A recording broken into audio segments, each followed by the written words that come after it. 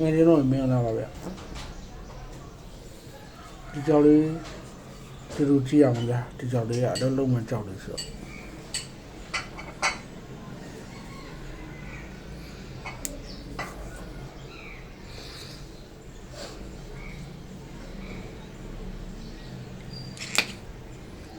ဒီတော့နန်းကြံနေဆိုတော့ကျွန်တော်မှ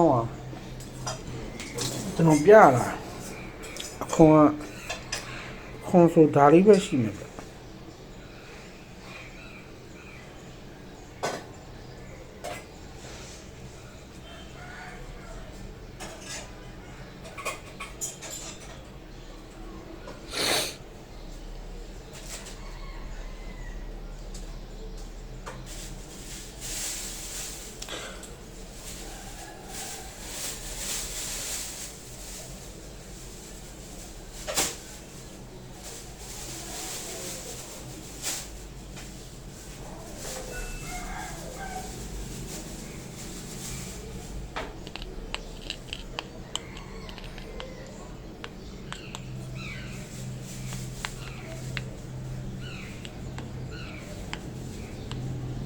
ပုံမှန်ခုံလေးတစ်ခုပါ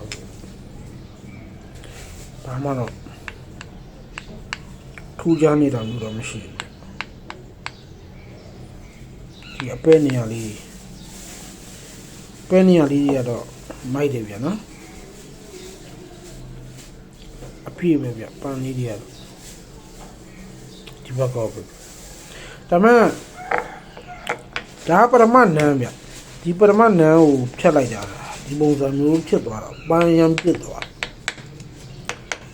တဲ့ပုံမှာဒီကြောင်းပေးတဲ့လူတွေက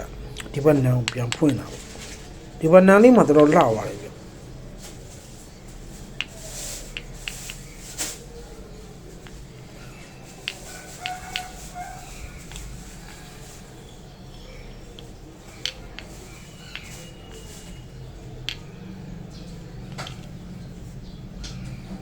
တော်တည်းကတော့ကောင်းပါလိမ့်မယ်နော်အဲ့လိုလုပ်ဖို့တော့တော်တင်းတော့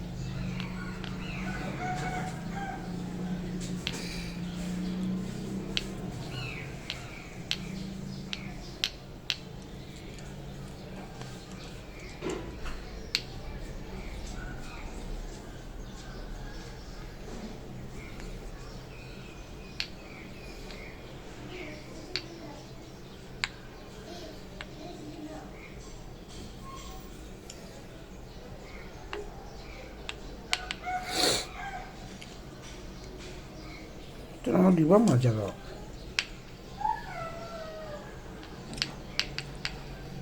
ဒီဘက်ကပန်းတာပြစ်သွားတယ်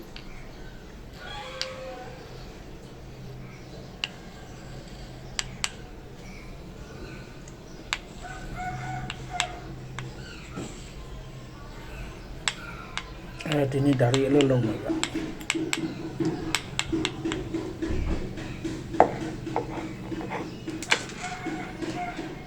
ဘာလို့ဒီလိုလဲ